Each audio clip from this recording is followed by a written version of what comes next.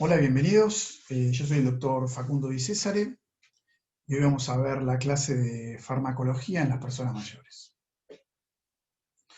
Los objetivos los tienen en el material que corresponde a esta clase, pero pueden detenerlo y mirarlo. No nos vamos a perder tiempo con esto en este momento. Bueno, para hablar de fármacos tenemos que saber principalmente que los adultos mayores o las personas mayores consumen el 30 y el 50% de todas las prescripciones médicas. Son grandes consumidores de fármacos. Las estadísticas varían, pero consumen entre 2 a 9 fármacos en promedio. Por eso podemos decir que la mayoría de las personas mayores tienen polifarmacia. Según la OMS, la polifarmacia es el consumo de 3 o más fármacos. Según otros autores, que son varios, es cuando hablan de 5 o más fármacos. Sepamos que los adultos mayores también tienen un alto porcentaje de automedicación. Eso hay que preguntarlo, porque a veces toman aspirinas, ibuprofeno, paracetamol o vitaminas y ellos no lo consideran como fármacos. Uno tiene que preguntar bien. Por tener un alto consumo de fármacos tienen muchas reacciones adversas y tienen un alto número de interacciones medicamentosas. Hay quienes hablan que puede haber hasta un 20% de interacciones potenciales en estas personas.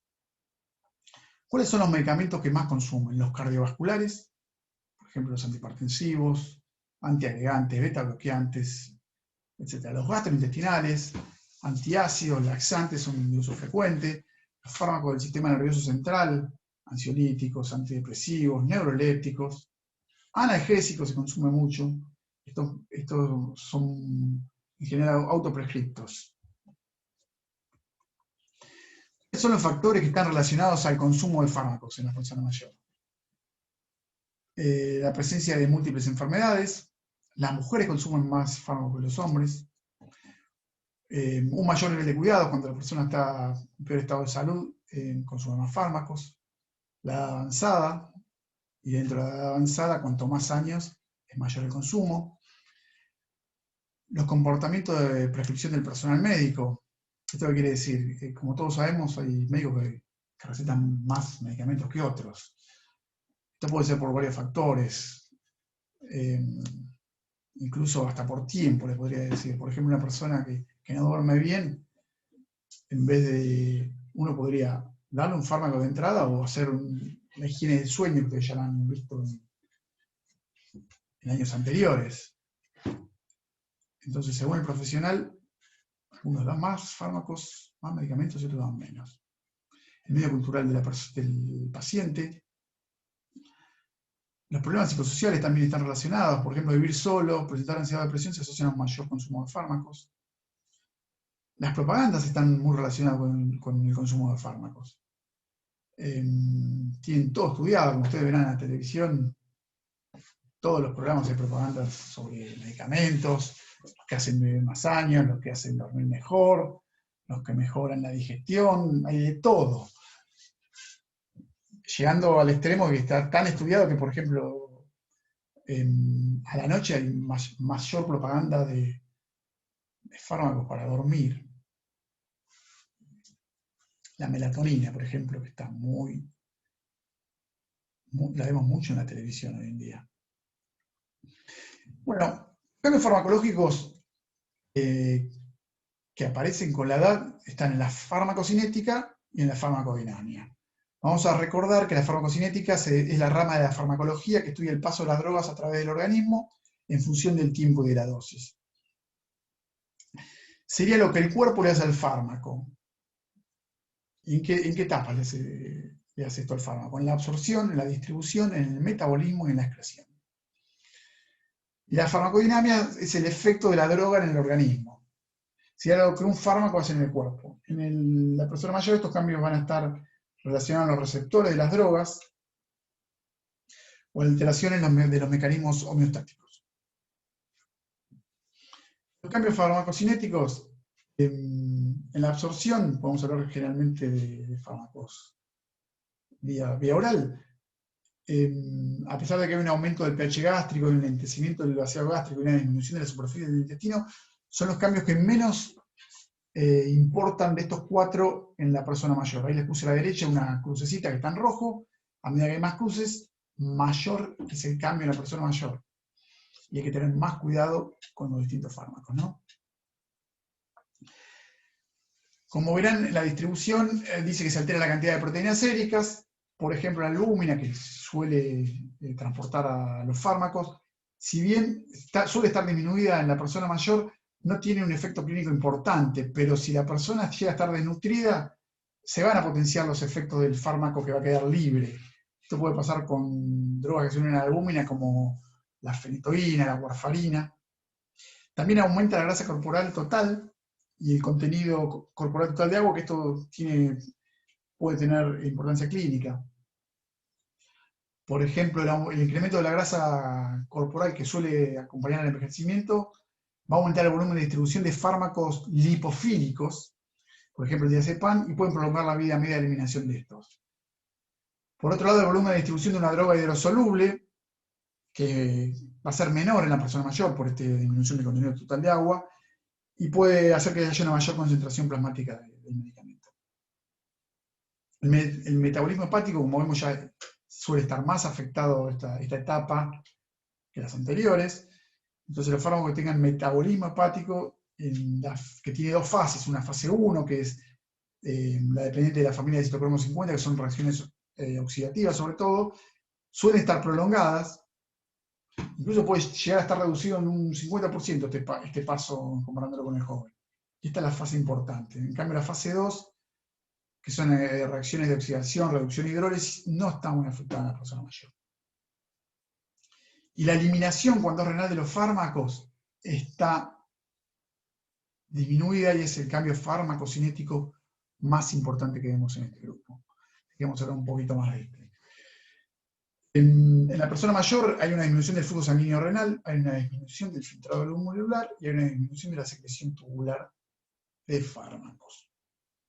¿Esto qué consecuencias trae? Que haya una disminución de la eliminación renal de fármacos. Entonces van a quedar más tiempo en el cuerpo y pueden tener mayor toxicidad.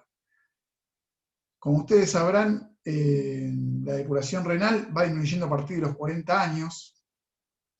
Aproximadamente disminuye 8 mililitros minutos por década. Si bien no es en todas las personas igual, ya a los 70 años los fármacos que se eliminan por vía renal se van a acumular, van a tener más toxicidad. Por eso nosotros cuando tratemos a una persona mayor de 70, más si es mayor de 80 y más todavía, la tenemos que tratar como insuficiente renal, aunque la creatinina, aunque hagamos un laboratorio y la creatinina esté normal. ¿Por qué? Porque como ustedes sabrán, con el envejecimiento, este aumento de la creatinina en sangre que debería haber con la insuficiencia renal se compensa por una menor masa muscular. Entonces el valor puede llegar a ser normal y la persona no elimina igual un fármaco que un joven. Por eso con los fármacos que se eliminan por vía renal, y sobre todo los que tienen toxicidad renal, a veces es conveniente calcular la dosis en base al cálculo del clínico de creatinina, que puede ser por un clínico de hecho en laboratorio o la fórmula esta que ya deben conocer, que es el clínico calculado, que esta es la fórmula que es 140 mg por peso sobre 72 por creatinina. Si es mujer se multiplica por 0,85. Recordemos que el clínico normal es de 70 a 120. Van a ver que muchas veces el clínico de una persona con una creatinina normal puede darle 60, 50, incluso 40.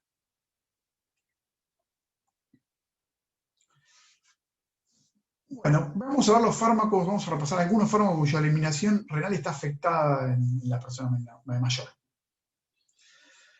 Por ejemplo, tenemos ahí antibióticos, los aminoglucósidos, está bien, esto no se da en vía oral, lo mismo que los carbapenems, que también son en general en vía endovenosa o intramuscular algunos, se asocian con los aminoglucósidos, la gentamicina, la amicacina, se asocian con pérdida de la audición, pueden tener alteraciones renales, también pueden producir una lesión renal. Los carbapenems pueden producir convulsiones. Las fluoroquinolonas, por ejemplo, la levofloxacina, que es un fármaco que se suele usar con frecuencia, pueden estimular el sistema nervioso central. Después están las penicilinas, que también se afectan, las tetraciclinas, que pueden dar un daño renal. La vancomicina, que es otro antibiótico que se usa mucho en la internación, puede dar ototoxicidad y nefrotoxicidad. Los antivirales, por ejemplo, la ciclovir, pueden dar confusión, convulsiones, también pueden dar daño renal. Los agentes cardiovasculares como la digoxina pueden dar un bloqueo cardíaco con confusión si aumenta su dosis en sangre o una falla en el clearance. El atenolol puede dar una bradicardia también. Los inhibidores de la enzima convertidora pueden dar un fallo renal. Y hay varios agentes que actúan sobre el sistema nervioso central que pueden dar somnolencia, confusión, que los tienen, la gabapentina, el litio, la pregabalina. ¿Qué quiere decir? ¿Que si hay fármacos que se puedan afectar en el riñón no hay que darlos? No. Como dice ahí, hay que tener precaución, a veces hay que calcular el clearance para darlos. Y en vez de dar la misma dosis que a una persona joven, le podemos disminuir la dosis diaria o podemos aumentar el intervalo entre las tomas. Por ejemplo, si lo tenía que tomar cada 6 horas, no sé, por ejemplo, la cefalexina, que es un antibiótico que se suele dar para lesiones de piel, si uno estima que la persona es muy mayor, tiene una falla renal, se puede estirar a darla cada 8 o cada 12. Independientemente de que ahora vienen con más dosis de cada 12 horas este fármaco, pero bueno, sirve el ejemplo igual. Bueno, los cambios en la farmacodinámica que están relacionados con el envejecimiento son los que tenemos acá. Hay una disminución en los receptores beta, hay una disminución de la respuesta a los beta bloqueantes, a los fármacos beta bloqueantes y a los fármacos beta agonistas. Por ejemplo, si le damos atenolol, propranolol, bisoprolol a un paciente, a una persona mayor, va a tener menos efectos. Estos son beta bloqueantes. Los beta agonistas, que tienen acción opuesta a los anteriores, también van a tener menos efectos. O sea, si uno se los da, va a tener menos efecto que una persona joven, sepámoslo eso. Ahí los ejemplos pueden ser una clonidina, que es una agonista beta, o un salbutamol, que es un fármaco inhalatorio, como ustedes saben, inclusive la adrenalina también es un beta agonista, van a tener menos efecto. Después en los varoreceptores hay una disminución de la sensibilidad. Esto tiene importancia porque con algunos fármacos las personas mayores pueden presentar hipotensión ortostática y esto puede provocar una caída muchas veces. ¿Qué fármacos? ¿Con qué fármacos dan? Se dan en las personas que consumen hipotensores, se puede dar esta reacción adversa, o en fármacos que tienen una hipotensión como efecto adverso, como los neurolépticos y antiparkinsonianos. Hay antiparkinsonianos. Recordemos que si hay una afección a los receptores, se alteran los reflejos vasomotores simpáticos que compensan la caída de la presión que es normal al adquirir la bipedestación. En la barrera hematoencefálica, los fármacos aumentan su permeabilidad si comparamos con el joven. A su vez, también hay una disminución de neuronas y receptores colinérgicos. Estos dos factores, por ejemplo, cuando se administra un fármaco anticolinérgico, pueden llegar a dar un déficit cognitivo. Tengámoslo en cuenta esto. Si bien el mecanismo no está del todo claro, recordemos que en las personas que tienen demencia tipo Alzheimer hay un déficit de acetilcolina. Así que podemos imaginar que los anticolinérgicos pueden producir un deterioro cognitivo, para recordarlo. Los fármacos anticolinérgicos, independientemente aunque no atraviesen la barrera hematoencefálica, por ejemplo, la sobredosis, recordemos que tienen muchas reacciones adversas, pueden dar retención urinaria, constipación y muchos efectos más.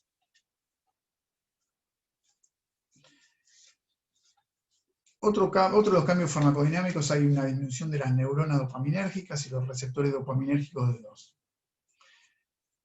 Esto hace que al administrar neurolépticos o antipsicóticos, que también se los llama, tengan mayor sensibilidad a estos agentes antidopaminérgicos y tengan parkinsonismo o rigidez. También en la persona mayor tiene una mayor sensibilidad cuando se le administran benzodiazepinas y esto puede dar como efectos adversos sedación, caídas y alteraciones cognitivas.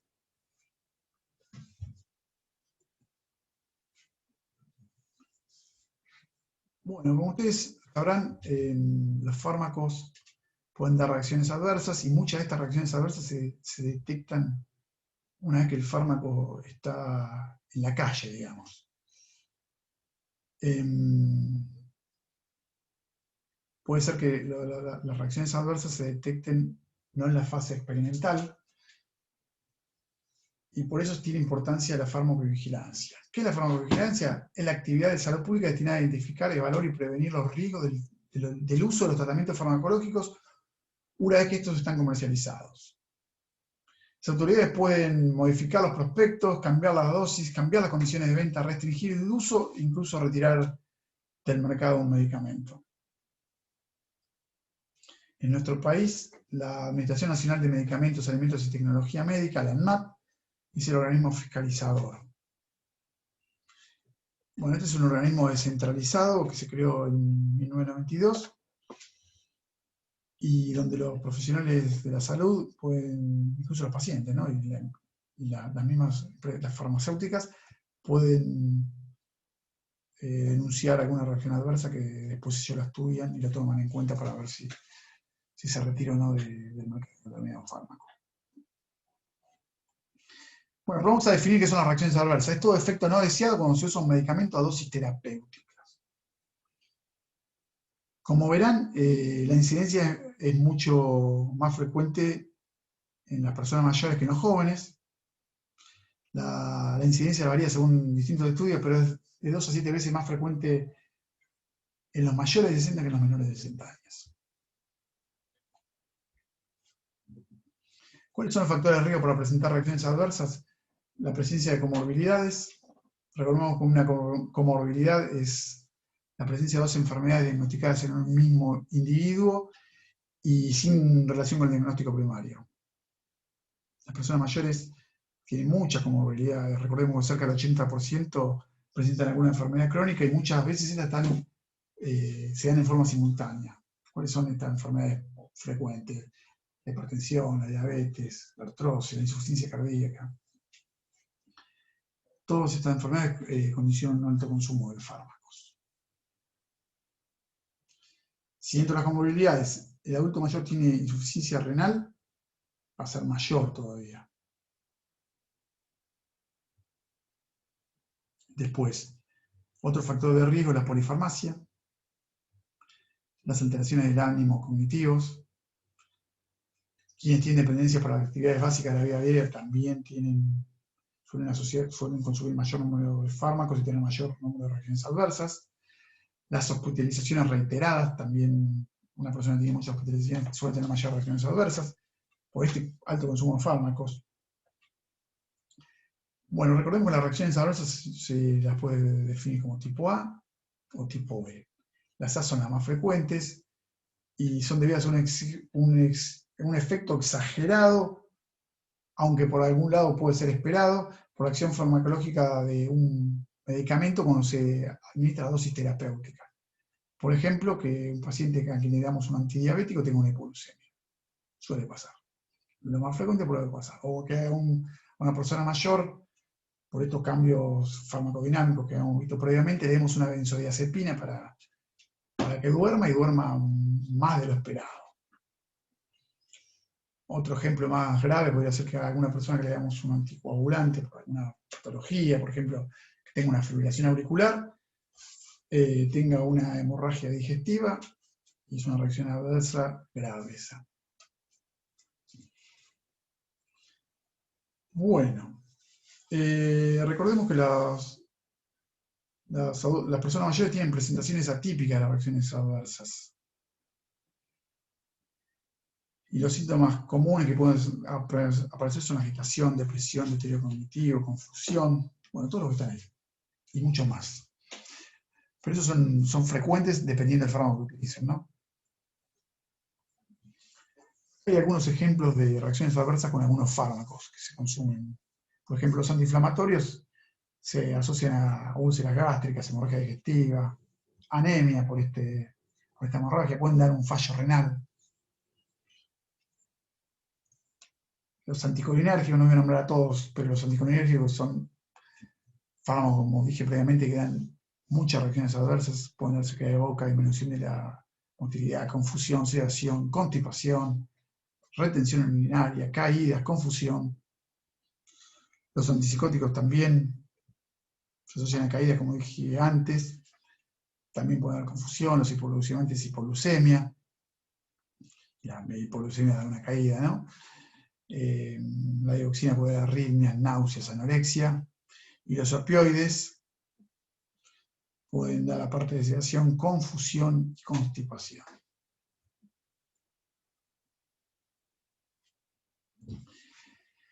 Bueno, como las personas mayores suelen tener presentaciones atípicas, hay veces que estas reacciones adversas no se las reconoce y si el médico no se da cuenta la puede confundir con una enfermedad y esto lleva a lo que se llama prescripción en cascada. Vemos en el gráfico que uno le da un fármaco, se interpreta como un nuevo problema, la reacción adversa, ¿no? Le da otro fármaco por la reacción adversa, este tiene un nuevo reacción. Este nuevo fármaco produce otra reacción adversa y eso es lo que se llama prescripción en cascada.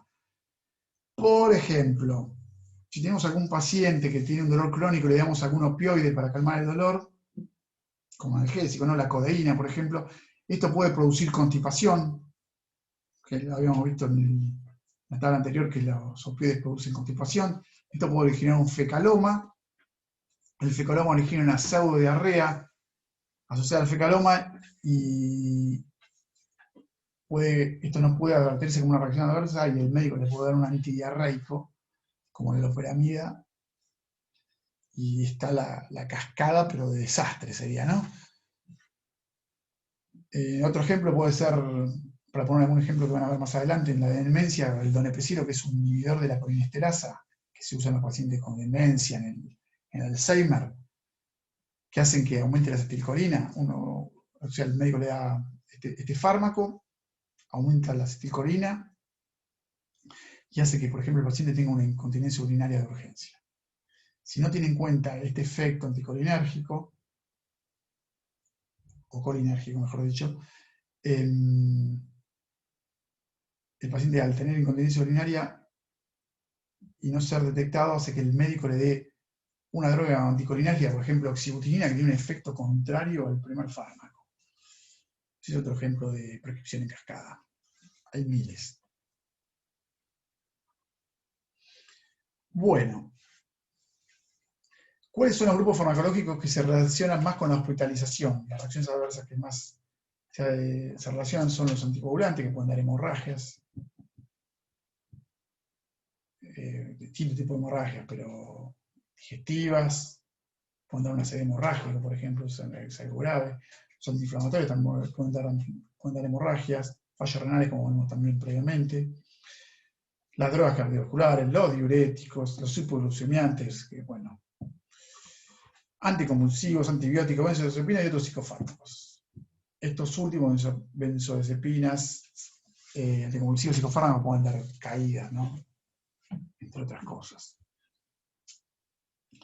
Son los que más se asocian con la hospitalización. Bueno, para ver algunos puntos clave para dar un poquito, como hacer un resumen de las reacciones adversas, tengamos en cuenta que conviene empezar el tratamiento con dosis bajas, ya vimos que se acumulan más fármacos en estas personas, y hay que ir aumentándolos de a poco hasta alcanzar niveles eficaces.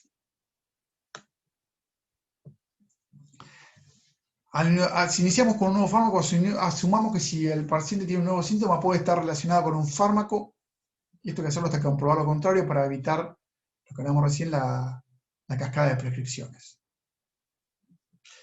Recordemos tener precaución con los fármacos que vimos recién, los que están relacionados con las hospitalizaciones, anticoagulantes, antidiabéticos, insulina o los hipoglucemiantes orales, y los antiinflamatorios principalmente.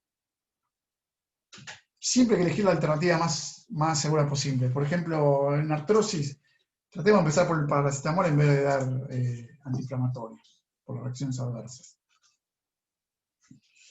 Recordemos que hay que tener precaución con los fármacos con efectos anticolinérgicos, porque producen muchas reacciones adversas, déficit cognitivo, retenciones agudas de orina, eso suele darse en hombres mayores con prostatismo. pueden dar constipación y otros más. Recordemos que hay fármacos que se asocian más a caídas, como los que producen sedación excesiva, ya dijimos, las benzodiazepinas, o los que generan hipotensión ortostática, como los antihipertensivos, los neurolépticos o antipsicóticos, es lo mismo, y los antiparkinsonianos. Y recordemos que los neurolépticos pueden causar síntomas semejantes a la enfermedad de Parkinson. Rigidez, es muy común verlo con el haloperidol. Vamos a pasar al tema de las interacciones medicamentosas.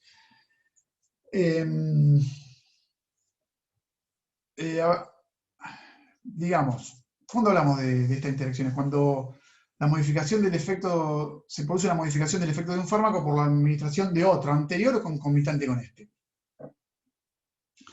Se puede producir una potenciación o antagonismo del efecto de los fármacos, y esto es el causa de fracasos terapéuticos o de reacciones adversas.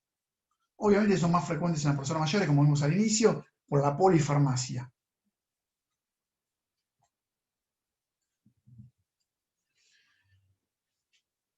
En la persona mayor, estas interacciones farmacocinéticas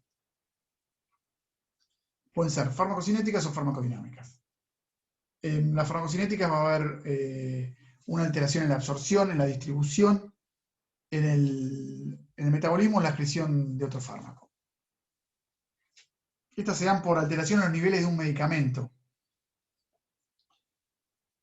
En cambio, las interacciones farmacodinámicas por la derecha, no hay alteración en el nivel de un medicamento, o sea, no aumenta su concentración en sangre como en el caso anterior por alteración de la absorción, distribución, metabolismo, excreción, sino que hay una alteración directamente en la acción por los cambios que se dan en el envejecimiento. O no, ¿no? Bueno, las interacciones farmacocinéticas, como vimos previamente, tienen mayor importancia si se afecta el sistema enzimático citocromo P450, que haya una inducción o inhibición de ese complejo enzimático, o por afección de la inhibición o depuración, de la inhibición de la depuración renal del fármaco, de la excreción renal. Tenemos fármacos inductores que afectan el complejo enzimático, como la rifampicina, la fenitoína, la carbamazepina. El alcohol también es un fármaco inductor que va a interactuar y va a disminuir el efecto de otro fármaco que se elimine por esa vía. Por otro lado, hay fármacos inhibidores, que esto no tiene prácticamente relevancia clínica. Pero los fármacos inhibidores pueden aumentar el efecto de otro fármaco al afectar el metabolismo. Puede haber, por una interacción farmacocinética, a nivel renal, puede haber una inhibición de la depuración renal, al haber una inhibición competitiva de la secreción tubular de fármacos. Por ejemplo, si se dan fármacos aniónicos juntos, puede producirse esta alteración de la depuración. Por ejemplo, cefalosporina, indometacina, methotrexato, penicilinas, las tiacidas. Lo mismo si se dan en forma concomitante fármacos catiónicos como la amiodarona, la dioxina o la quinidina. Bueno, si damos en forma conjunta fármacos anticolinérgicos, podemos tener interacciones farmacodinámicas que son las mismas que vimos antes, como reacción adversa, pero al darlo con dos fármacos va a ser peor todavía: la retención urinaria, el estreñimiento, el delirio, la confusión o el déficit cognitivo. Si damos un betabloqueante y un bloqueador de canal de calcio, por ejemplo, el verapamilo del Tiacem, va a haber una bradicardia importante que es adictiva, porque los dos fármacos dan bradicardia. Si se administran varios depresores del sistema nervioso central a la vez, va a haber mayor sedación y obviamente va a haber más caídas. Hay que tener precaución si uno da una benzodiazepina y un hipnótico o un neuroléptico, porque las interacciones farmacodinámicas se van a ver con frecuencia. Acá vamos a hablar un poquito de adherencia, y ahí puse compliance versus adherencia. Digamos, para que un tratamiento tenga éxito no basta con que el médico le diga al paciente lo que tiene que hacer. Y no debe esperar que el tratamiento cumpla las indicaciones por el solo hecho de que el médico se las dijo. Es así que si queremos tener buenos resultados, deberíamos esperar que el paciente adhiera, que esté conforme con el tratamiento. Así nos introducimos con estas palabras. ¿Por qué? Porque en los años 70 se empezó a hablar, se introdujo el término en la literatura anglosajona de compliance, que quiere decir cumplimiento, y significaba con el objetivo con la idea de significar obedecer o consentir. Y de esta forma se lo consideraba al paciente como un sujeto pasivo.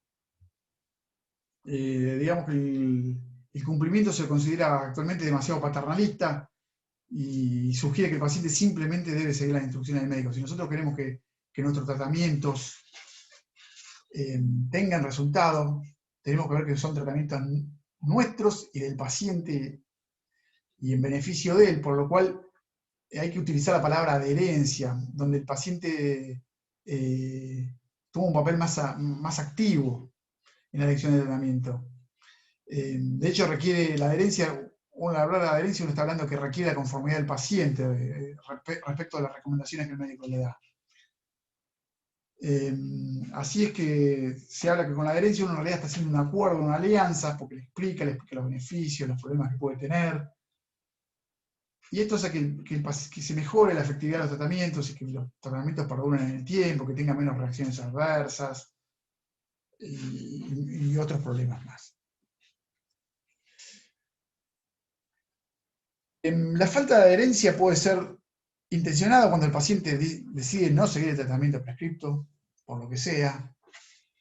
Hay pacientes, por ejemplo, que tienen cardiopatía isquémica que tienen que tomar atenolol. Los hombres, si les da impotencia, hay muchos hombres que deciden no tomarlo. Y a veces hay que hacer una alianza con este paciente de dar otra opción. Suele pasar. O la falta de adherencia de las personas mayores en todos los grupos etarios, ¿no? Pero puede ser involuntaria. Cuando el paciente quiere seguir el tratamiento, pero hay algún factor que hace que no lo pueda hacer. Porque no entiende las indicaciones, porque se olvida la dosis, o por algún otro factor. La falta de adherencia no significa que no lo tome. Puede ser que lo tomen en forma incorrecta, a la hora que no corresponde, que uno le dice que lo toma una semana, lo toma 3 días porque se mejoró. O sea, la falta de adherencia a los medicamentos no es solamente que no toma el remedio.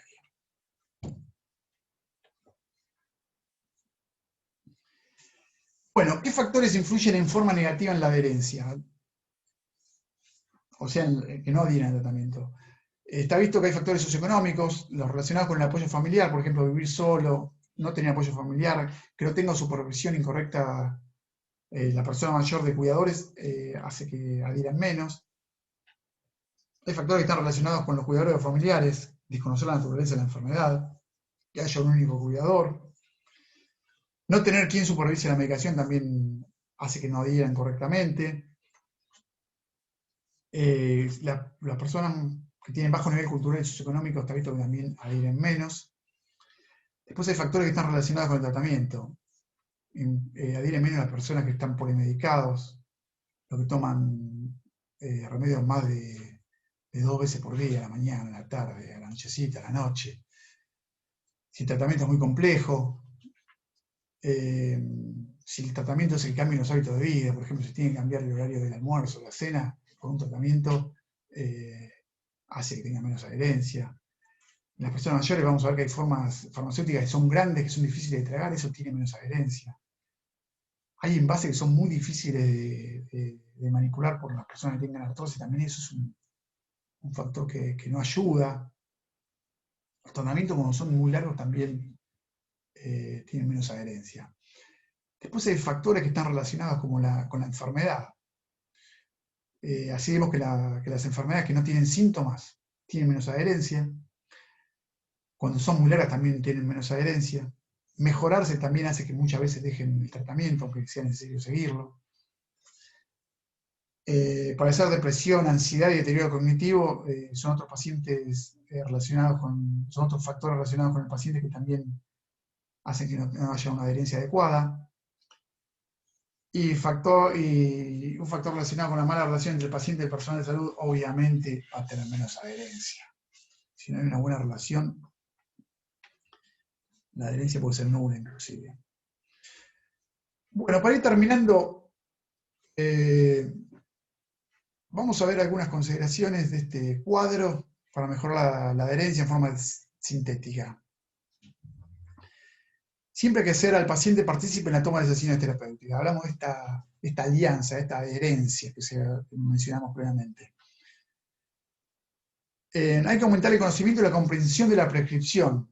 Siempre tenemos que dar información al paciente, hay que dar información sobre el motivo del tratamiento, sobre el objetivo del tratamiento, hay que decirle que pueden aparecer reacciones adversas, hay que dar instrucciones de cómo se usan los fármacos, hay que dar lugar para que surjan dudas y los problemas que pueden surgir.